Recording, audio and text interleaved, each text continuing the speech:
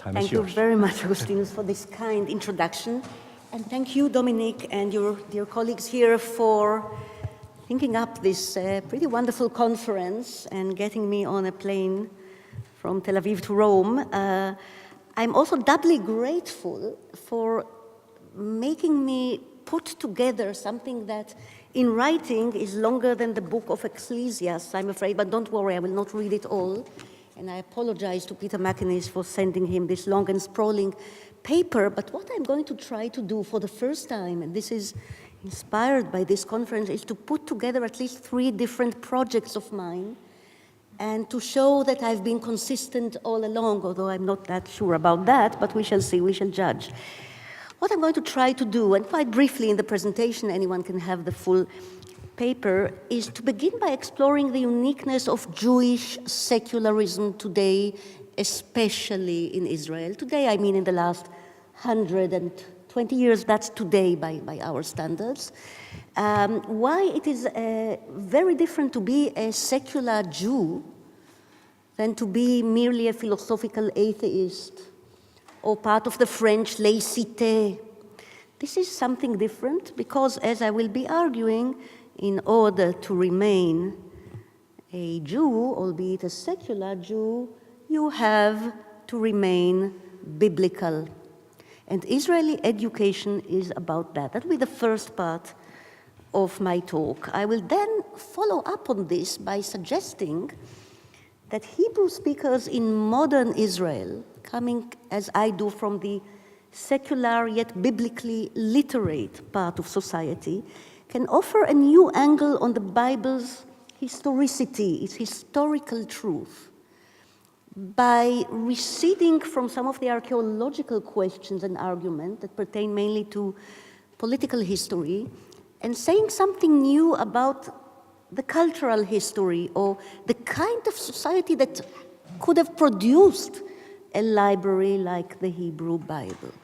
So back through a different door or window to the question of historical truths, which also allows secular Israelis today to keep up a particular moral and political significance of the Hebrew Bible for today.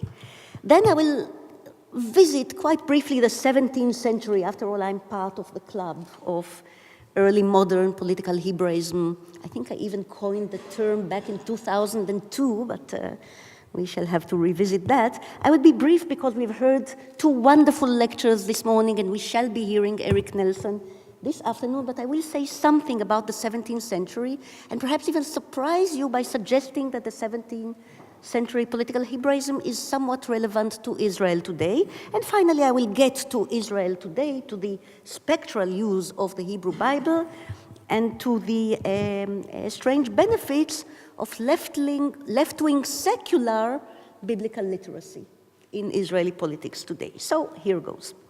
A majority of Jewish Israelis today, a small one, but still a majority, think that there is no God. No one created the world in 6 days. No one gave life to Adam and Eve. No one tested Abraham or gave Moses the Torah on Mount Sinai. No one elected, taught, punished, and guarded the people of Israel and kept them alive through 3 millennia.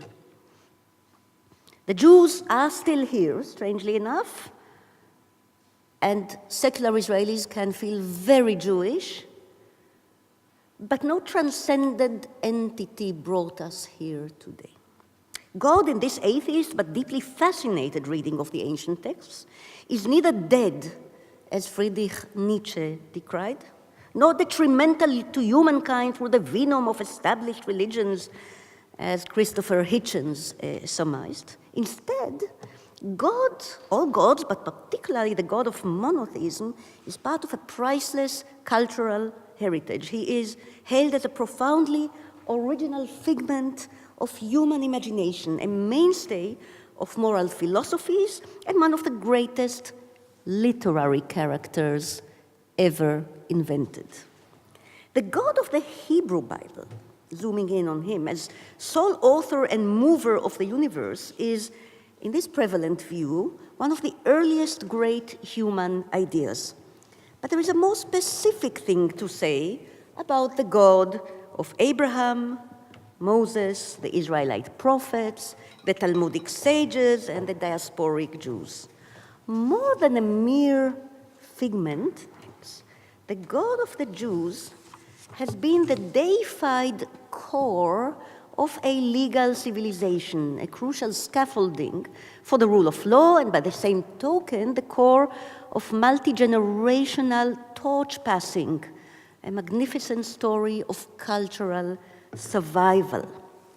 While religious Jews believe that God kept his faithful and their collective memory alive, famous prayer says, if I keep the Sabbath, God will keep me, secular or cultural Jews suggest that the survival, memory, and faith were all human accomplishments. Thus, rather than the Lord of hosts creating and saving his people, hosts of men and women invented and carefully tended their faith in divinity, which served a double function, being their constitutional and moral backbone. In the Jewish case, unlike, we think, I might be wrong here, unlike the Sumerian, Akkadian, Assyrian, Babylonian, ancient Egyptian, ancient Greek, and ancient Roman cases, Jews survived into modernity and into post-modernity through the means of universal male literacy, daily liturgy, and a continuous thread of thriving textuality. However, having successfully reached the modern age, Jews are now able to continue thriving in countless variations on two main modes, religiosity and secularism. The Hebrew Bible, and to a lesser extent the Talmudic and post-Talmudic Jewish texts, still provide today important political, moral, and cultural fundaments of the modern state of Israel. The same can be said of several other modern states, but nowhere more poignantly, or broadly indeed, than in Israel. To native speakers of Hebrew, the Judaic bookshelf is a manual of current affairs and a textbook of debate. It educates its readers to ceaselessly ponder its truth in the evolving realities of our own era. Today, one of the greatest and most vitriolic arguments raging in Israel's public sphere focuses on the secret engine of Zionism. Did the Jews return to their ancestral homeland and established a sovereign state by divine inspiration or as a human act of secularization? Modern secular Jews made a majority of the founding fathers and mothers of Israel. Pre-state Zionism, from the late 19th century to the mid-20th century, was predominantly, by no means wholly, secular. Present-day religious national thinkers claim that those secular Zionists were God's pawns, instruments, whereas left-leaning secular Israelis claim that the state of the Jews is a modern human accomplishment of grand proportions.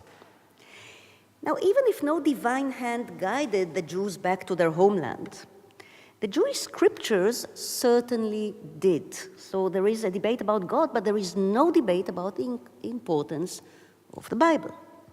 As modern Israel's founders, most of them non-believers, have always insisted, biblical literacy remains pivotal to Jewish continuity. The main thrust of what I'm trying to present to you today is to point out that the political use of the Hebrew Bible in modern Israel was never made of one skin, even if it relied on the same parchment. There is a deep significance to being a secular Jew. If you are an atheist and still wish to remain Jewish, you have to be a well-read non-believer, an atheist of the book.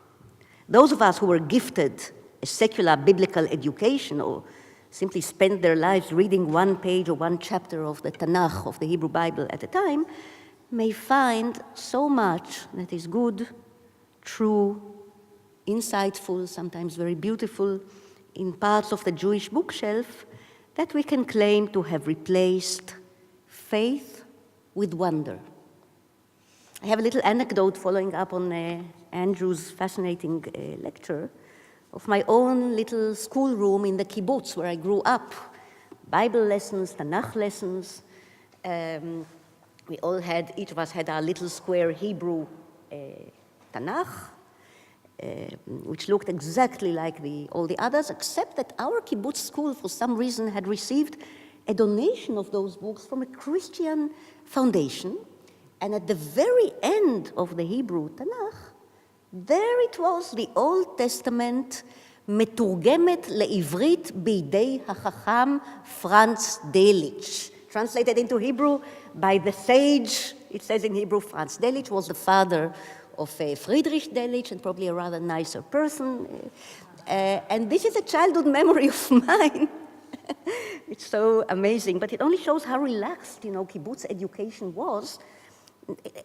Old Testament the New Testament is not in the Israeli curriculum, unfortunately, until today. But me, when I got a little bored in the Bible lessons, I could leaf forward and sink into the New Testament. So thank you, Franz Delitzsch, wherever you are. The Zionist Bible, what I would call here in, of course, inverted commas, the Zionist Bible, imparted persuasive powers that were cultural, national, sometimes, of course, nationalist, and rational rather than pious, messianic, and transcendent. Yet Zionism fostered its own versions of Jewish legacy, including wide-ranging, modern, biblical studies, all the way from secular kindergarten to high school classes. And from its very inception, Hebrew Bible curriculum in modern Israel's secular schools, and I cannot emphasize enough how important it is in my mind, has always been sui generis, unlike any other Bible studies in European or American or I think globally schools. It was carved as a part of a secular education, tinged with some national passion, so modern passion for the new land of Israel, to which we have returned, but checked by scholarly analysis. It blended national awe with modern criticism, and the modern scholarly attitude filtered down from the Hebrew University, which then educated all of our high school teachers, with its own Wellhausen and company legacy. So this was reflected somehow in our everyday school education. And these are not special schools. These were totally public schools in the American sense. In secular schools, the Bible was no holy scripture, but a long and winding story and fodder for deep-end discussion on moral, on political, on human issues. For 5 or 6 generations of youngsters, ancient Hebrew was grueling to follow, but gorgeous, literally antediluvian, but not stale. By the way, today, the millennials, alas, find the Hebrew Bible much more difficult than my generation did. So it is becoming a little too antediluvian for many of them, but not for all of them. An Israeli person educated in the secular state school system might therefore develop a keen admiration for the ancient Hebrew culture. And here I will say something rather concise about the new sense of historical truth that some of us have been developing in contemporary Israel. My voice among them, but of course many others that preceded me. The idea is that looking at historical truthfulness of the biblical narrative, maybe we have mostly looked in the wrong place. We are looking for archaeological proof for political history. Did King David exist? Did the patriarchs exist? And the other kind of historical truth, which I think is much more anchored in the texts, is cultural history. What kind of society was it that could have developed those stories? The point is not whether Sarah, Rebecca, Miriam, and Judge Deborah existed, but what kind of ancient society could have thought up so many strong women able to change history? Not Greece, not Babylon.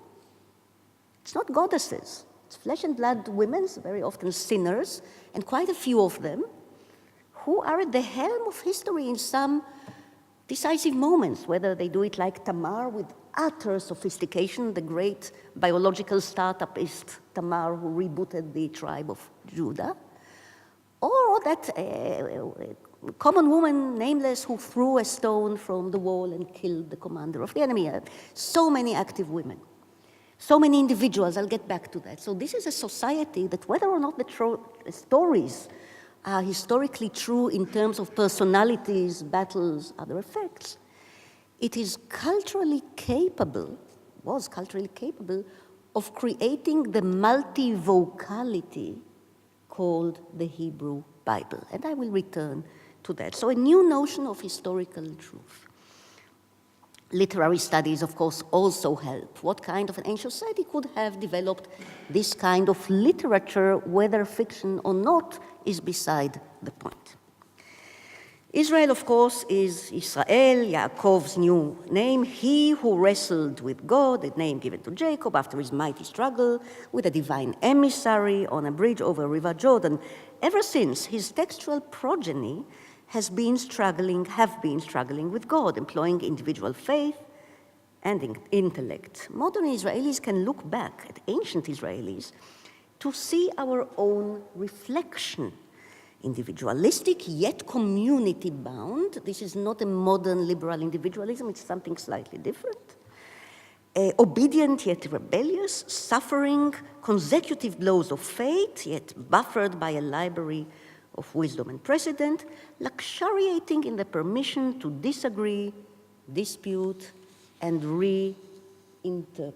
And by this I have saved you buying and reading the book I co-authored with my father, titled Jews and Words, because this is the central thesis. So please see yourselves exempt. So is the Bible historically true, even if Abraham or Moses or Job or the Mishnahite Rabbi Joshua never existed? Their inventors deemed it possible for a devout man to argue with God quite superbly and sometimes even win the argument. Same goes for the grand, strong women of the Tanakh, very few of those in the Talmud, but many of them in the Tanakh, even if they were only figments of the collective imagination. That collective imagination knew something about strong women speaking out, acting powerfully, and changing the course of history. Now, the same goes for another aspect, which is surviving extremely well in secular society in Israel, although it is deeply controversial today, and that is the legal civilization depicted in the Tanakh, in the Hebrew Bible. Now, on the one hand, today we have religious right-wing, fanatics who wish to change the government of Israel into some kind of a modern theocracy, not the Josephus theocracy, but more the mullah theocracy, ruled by the halakha, the ancient Jewish law. And of course, that is not a very nice idea for us Democrats or liberal Democrats, and we are fighting against it. But the point is not that we don't want the halakha or the Mosaic Talmudic interpretive tradition to become the Israeli constitution, but the fact that we feel we are hailing from a legal, constitutional, ancient civilization that has modes of changing over time. Possibilities of change that the halachists would not acknowledge. So yes, we are also heirs to a legal civilization, but we don't want it halachically doomed or controlled. Time and again, the Hebrew Bible posits a mature, assertive, deeply verbal, juridical culture that stands strong with or without its divine origin. The people that the English poet and revolutionary John Milton called 12 tribes under the law, I love this epithet, 12 tribes under the law, strove to live under the law whether or not it came down upon them from Mount Sinai. Of course, they believed it did, but we are looking back and seeing an earthly legal civilization. They often failed, of course. However, theirs was a juridical culture from its very cradle, And I would like to remind you, although most of you probably know it as well as I do, that the biblical word dat, which is in latter-day and today's Hebrew, means religion, faith,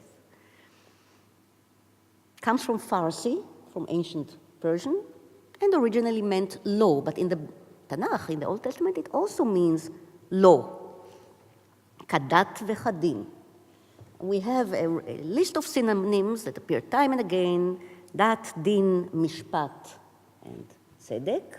There are even several others. And I've looked at all of them when I was researching this in order to see whether anywhere in the Bible you get what I called in another project of mine uneasy synonyms. That is, synonyms that don't sit well together, that there is a certain tension between them. And nowhere in the biblical usage, when I say biblical, of course, Hebrew Bible here, of the word dat vis-a-vis chok or mishpat or tzedek, do you feel any sense of unease? That was law. That became religious and faith in post-biblical eras, Mishnaic and especially later Talmudic. Alongside legalist rationalism, there is something deeply emotional about the Jewish sense of justice, and I think this emotion also translates well into modern Israeli discourse. The locus classicus is Isaiah chapter 5, the famous fable of the vineyard. We've already visited some vineyards yesterday. And he looked, I quote the English, and he looked for judgment, but behold, oppression, for righteousness, but behold, a cry. Isaiah 5, verse 7. Of course, neither juridical rationalism nor emotive justice pursuit is exclusively Jewish. History and literature are full of great pursuers of justice. Marcus Tullius Cicero springs to mind, or Heinrich von Kleist's Michael Kohlhaas. We have them everywhere. But here, as in other Jewish legacies, the claim to uniqueness is not based on total originality and exclusivity. Rather, it rests on longevity, constancy, and sustained textual prowess. That is, we have a very long lineage of this Isaic emotional quest for rational justice. And thus, modern Israeli society, from its inception until today, is steeped in biblical conceptualization of justice, often alongside modern Western ideas. The verse, justice, justice, you shall pursue. Tzedek, tzedek, tirdof, Deuteronomy 16, echoed in Isaiah 51, is familiar to almost every Hebrew-speaking Israeli today. It appears in academic conferences, rally posters, social network accounts. Jewish civilization, not merely Jewish religion, has always treated justice as a fundament, never faith alone. Most ancient sages and modern thinkers deemed the Torah, the law of Moses, accessible to human reason. This is why it sits so well with the natural law thinkers of the 17th century. Even the minority who advocated and still advocate today unquestioning obedience has done so upon the assumption that God is just. Now, I wish I could expand, but I will not. There is some work here about the geometric aspects of biblical justice. It is always, very often, about a straight line from which deviation is some kind of not only a moral deviation, but also an intellectual insult. You know, biblical intellect has emotion. I think our own intellect has emotions. If we envisage a logical contradiction in some world leader's speech, it's not only our ratio that rebels, it's also our emotion. And you have that in Isaiah and elsewhere. They are angry for the geometric fallacy of crookedness, of moral crookedness. It's very interesting, but I will skip that. Also a lovely passage I have here of the Hebrew word chutzpah that first appears in the Talmud under Beit Din Chatzuf, a chutzpahdik court of law. This is very interesting, but I will move on.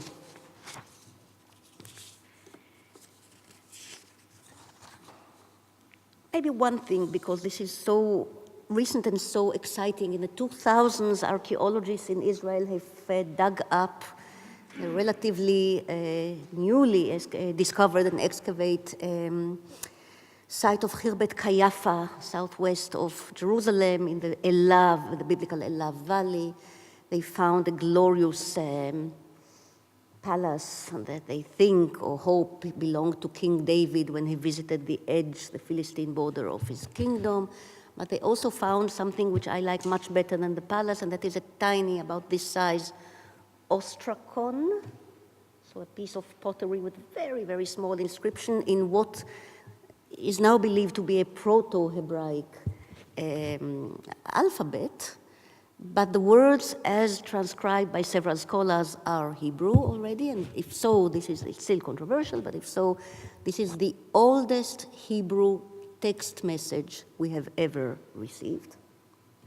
And the ostracon of Haifa, according to my Haifa colleague Gershon Galil's translation, which I have to say is controversial, but even the other competing translations have some of the same building blocks, is what I lovingly call the social Bible at its best. You shall do it.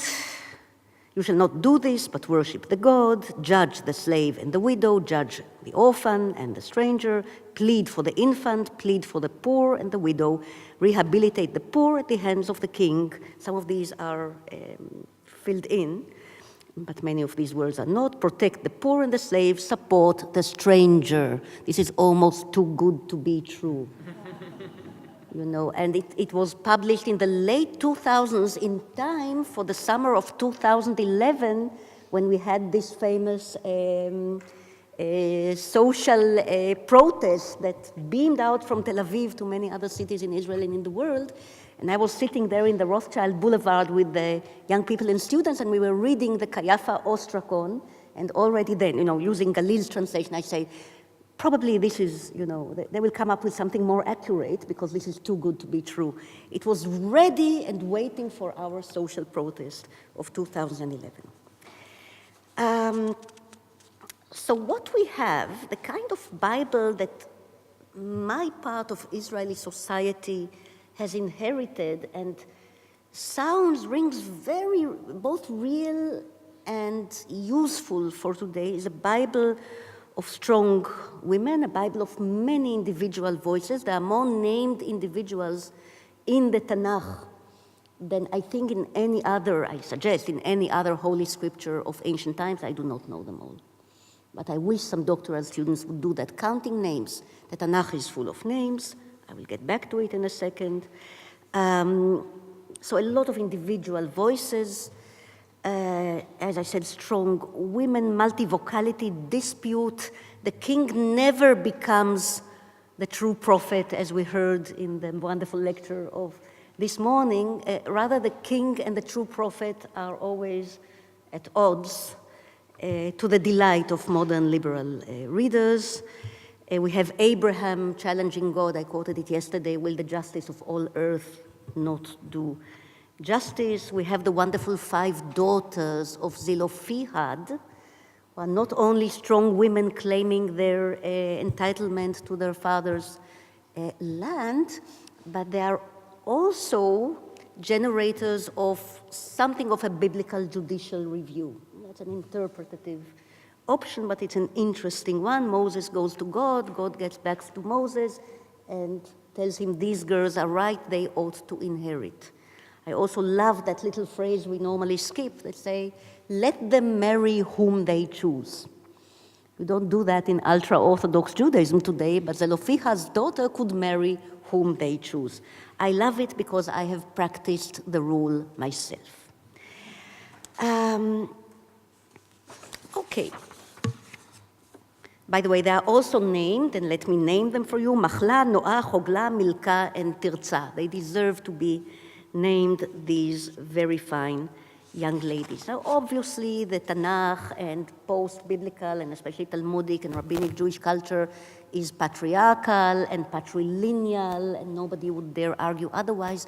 But the very existence of so many strong, active, dancing, singing women in the Bible is extremely helpful for us liberals in Israel today when we face the ascending ultra-Orthodox demand to separate the sexes in the public sphere. This is a deeply political thing, and the Tanakh, unlike the Talmud, is on the feminist side in this argument.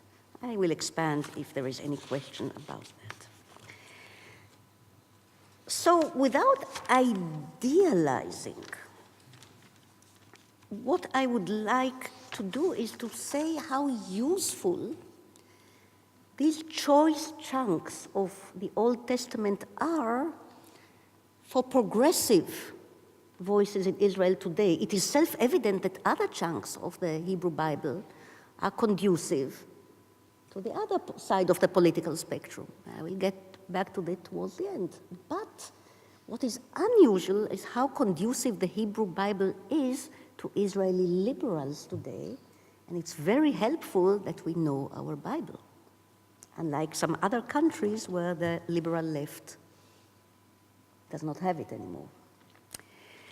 Now, John Milton and his Republican peers in England, and even earlier in the Netherlands, in the heyday of its 17th century parliamentary awakening, both the British and before that the Dutch, thought that the Republic of the Hebrews should never have been relinquished in favor of a monarchy, and we know the story, that's Samuel 1, chapter 8.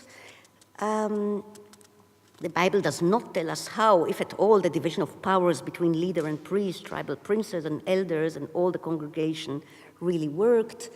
It would be naive to read back republicanism into the pre-monarchic Israelite history the way my 17th century revolutionaries have done, obviously.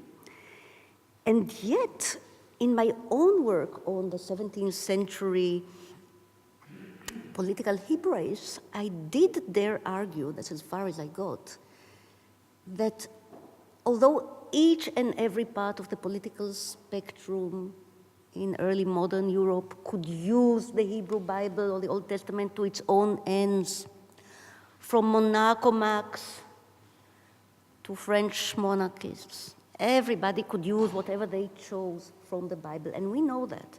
And by the way, we heard the same thing about other eras, such as the First World War. That's not the point. The Bible as supermarket, we know.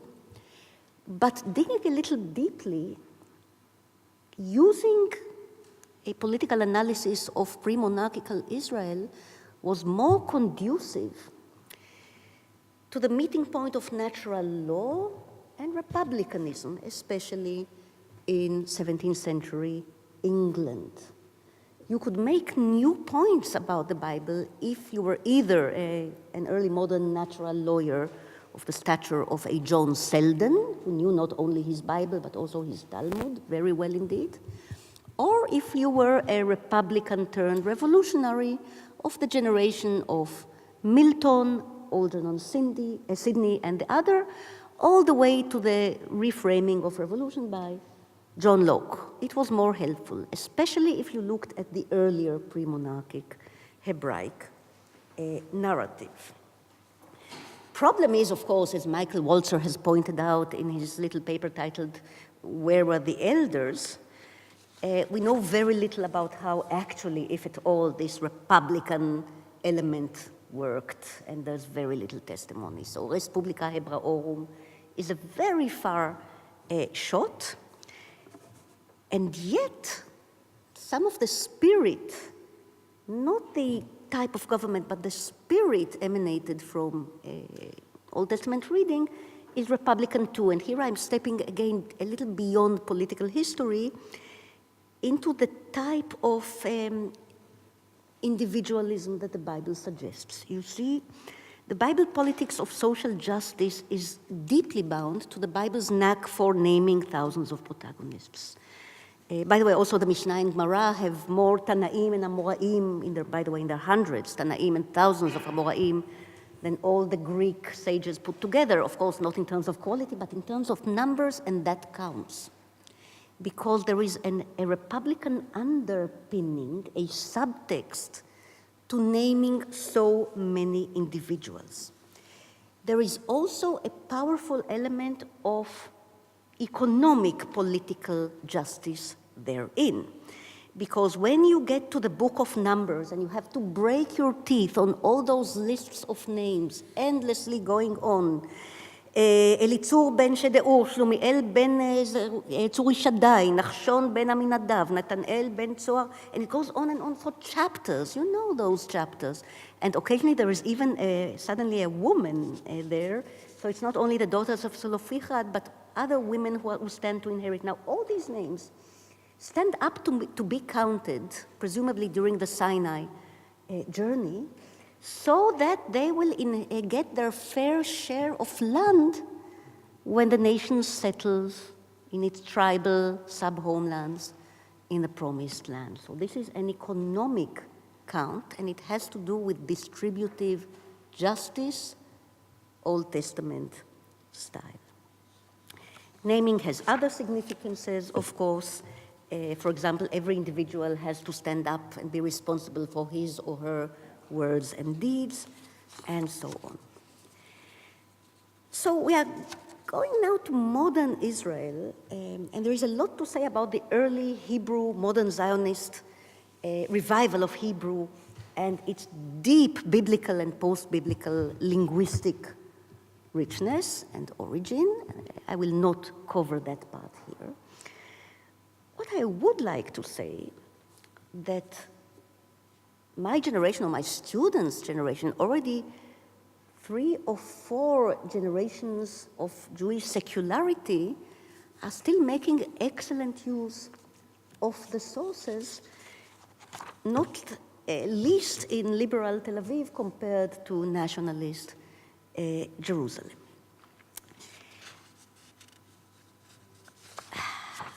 Nationalist, yes, of course, the national right has it relatively easy. This is the dramatic homecoming of the Jews to their ancestral land, give or take a few Palestinians that are not part of the narrative and are newcomers anyway. And so the great leaders of the national right that became the great oracles of the settler movement, Rabbi Kook and others, could easily use what I would term the geographical Bible in order to claim the whole land between the Jordan and the sea, and of course also beyond the Jordan River, if you get really geographically biblical. The more extreme splinters, I'm afraid they used to be splinters, not anymore, go even further into biblical, that kind of Bible by not just being geographical, but also raising the scepter of Amalek, who has to be killed. We have some quotations from the erstwhile leader of the Kahana Kach party, Rabbi Kahana himself.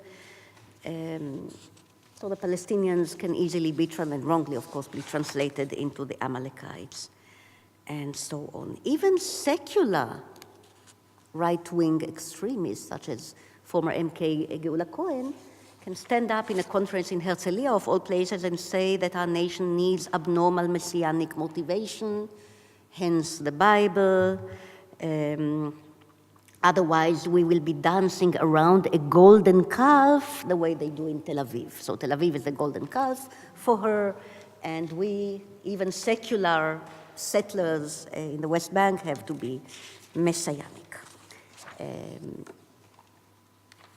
In my last 2 minutes, I will skip some of the, most of the quotations, and just say that unlike, perhaps this is, I've been hinting at it, but this is perhaps my most important and possibly exhilarating, or hopeful at least, conclusion. Unlike people who are 2 or 3 generation non-believers, non-Bible school goers, because of course in American public schools they cannot teach the Bible, they can teach Homer, but not the Old Testament, that's against the religion and faith, who belong to the liberal or the social democrat or the humanist spectrum of politics, no longer have the Tanakh, the Old Testament, or indeed the New, as a toolkit for their political and moral vision of today's society. But we Israelis do. We Israelis do. And therefore, I'll finish here. I will take you back in my final words to that heady summer of 2011, which, by the way, yielded some good political and legislative results in Israel, you can actually sit with young people who are confessedly, in the way they see themselves, globalist, liberals, social democrat, and yes, secular Hebrew-speaking Jews. Read the parts of Mosaic laws that pertain to the stranger among you, or the widow and the orphan.